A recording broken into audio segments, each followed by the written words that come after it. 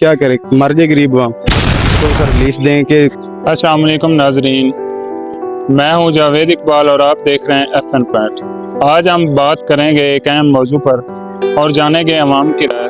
तो आइए चलते हैं शहरियों की जानिब। दाल, चीनी, घी, आटा, ये जो घर के अज्जा वगैरह हैं, खाने पीने की जो भी चीज़ें हैं, ये सब पहले बहुत महंगी थी। ये सैलाब आने की वजह से मंडी में सब चीज़ें, जो सब्जी वगैरह, मसाला जात, हर चीज़ महंगी हो गई है। जो चीज़ मंडी में आपको 100 रुपये की मिलेगी, वो आपको इधर आपके महल्ले में 150 रुपये, 200 रुपये इस रेट में मिलेगी। दूसरी बात यह है कि ये जो सैलाब है, उसकी वजह से बहुत नुकसान हुआ है आवाम का।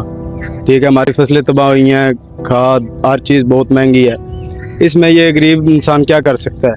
किसान तबाह हो गए हैं, बहुत फसलें ज़ाया हुई हैं। फिर जो आवाम ने अपना जमा किया हुआ था राशन, वो भी बहुत आवाम का ज़ाया हुआ है, बहुत लोगों के घर तबाह हुए हैं। और हमारी हुकूमत से अपील है कि ये आवाम को रिलीफ दें थोड़ा सा, कि गरीब आवाम अब क्या करे, मर जाए गरीब आवाम, उनको थोड़ा सा रिलीफ दें कि कुछ चीज़ें सस्ती करें।